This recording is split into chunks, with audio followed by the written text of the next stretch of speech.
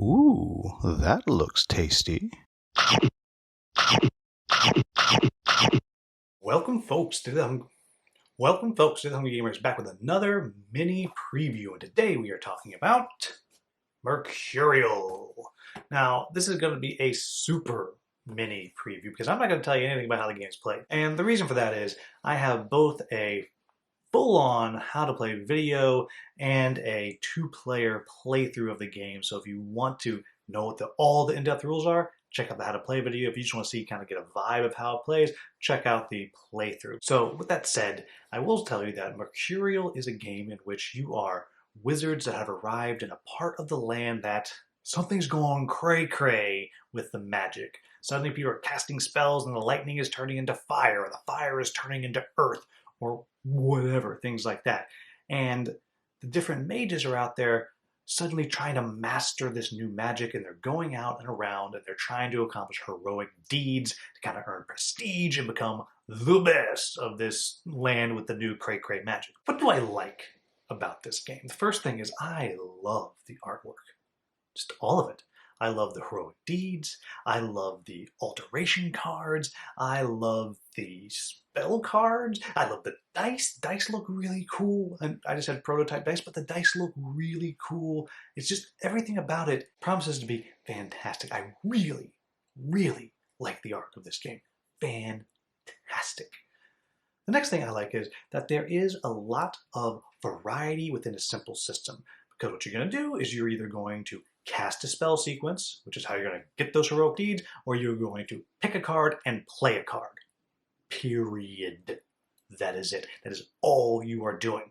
Now, picking a card could mean you're using your elements on your spell dice to pick up one of those spell cards to bring it into your spell sequence that you're preparing.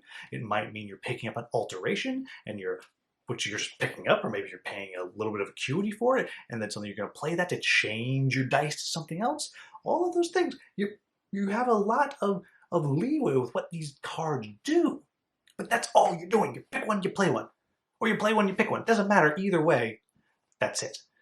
And then the other thing that I like about it is, even though there's not a ton of different spells, the variety in the spells is pretty darn high. And that leads you to have some really tough choices as you're going through the game. You're trying to figure out, do I want to focus on all ruin spells? Or do I want to focus on the restore spells to try to get a big score on one of these things? Or do I just want to kind of deal with what I can get and maybe take some minuses as they're kind of bashing into each other, the ruins, canceling out the restore and all that? Or do I want to go all the way down that path and try to get my spells so when they cast, the ruin and the restore equal, they balance out, they cancel out, but then if you get perfect equilibrium, boom, it suddenly explodes in like this mist of crazy magic power, and then you get to get even bigger things. All very, very cool. Along with that, you're kind of playing through the game. You're trying to achieve these different arcanas that you have out there, which are kind of like the contracts first person to fulfill the requirement is to take it, and then they're going to get bonus in-game scoring. And as you're doing these heroic deeds, it's not just which one's worth the most points, because they have these little sigils on there. These little sigils are just there. You barely notice them, but suddenly they're going to, one, give you points at the end of the game, but they're also going to affect the different alterations that you have in your hand that you're playing and make them more powerful, which is then going to affect the different alterations you're going to try to pick up. So maybe there's a good one that's free, but no, you're going to pay that one acuity to get one later down because you have all these sigils.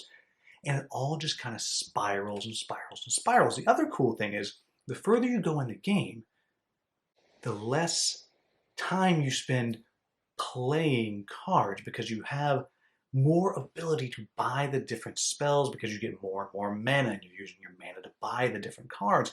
And it just kind of, it ramps up as it goes. And I think that is very, very cool, even to the point to where there is a time when you can run out of all the alterations, and then suddenly every round you must pick up a spell and then play one of your alterations, which suddenly makes the end game can be really, really crunchy and hard, because you're trying to be able to get enough ruin and restore to get those heroic deeds, but maybe you can't do it because you don't have enough dice because of the particular character that you've picked, or whatever it may be.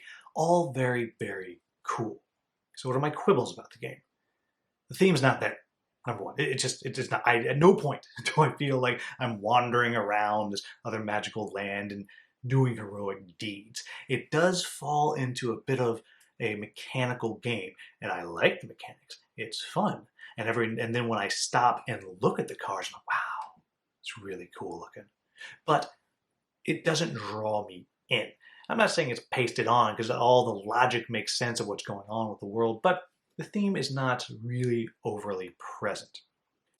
And my only other quibble with the game is I do personally feel it's a little bit long. When you're playing the two-player game, you're playing to 6 different heroic deeds. I think it wants to be 5 or even 4. Now, I know that that means that some of the alterations running out might change and things like that, but it just, to me, feels like it's just slightly too long. Now, the people that I played it with, who liked the game, they didn't feel like it was long. It was really brain burning.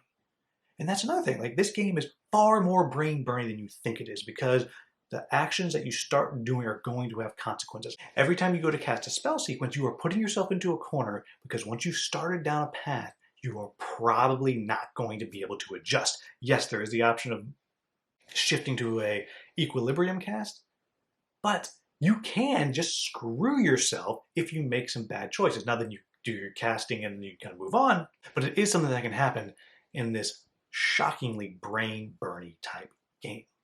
So there you have it, folks. That is Mercurial. I think, to me, if you are the type of person that, well, one that just loves great art, then check it out. I mean, it's almost worth getting just to have the pretty pictures. But if you're someone that likes Splendor, but just thinks Splendor is too simple, then you're probably really going to like this game. This game has a Splendor vibe to it, to me. And I enjoy Splendor. And I also enjoy things that are a little more complicated. So I actually really enjoy this game. And while it doesn't play like Splendor, is the type of game that I would be willing to bet people who enjoy Splendor, they don't have to love it, and they like dice management, are going to like this game. If you really don't like Splendor, or I guess you really don't like dice management, then this is not going to be a game for you. So with all that said, if you're at all curious, go check out the how to play for all the crunchy details or the playthrough to kind of see just the flow of how the game goes. As always, if you found this video useful, please like, subscribe, and share. Thank you so much for watching. Have a wonderful, wonderful day.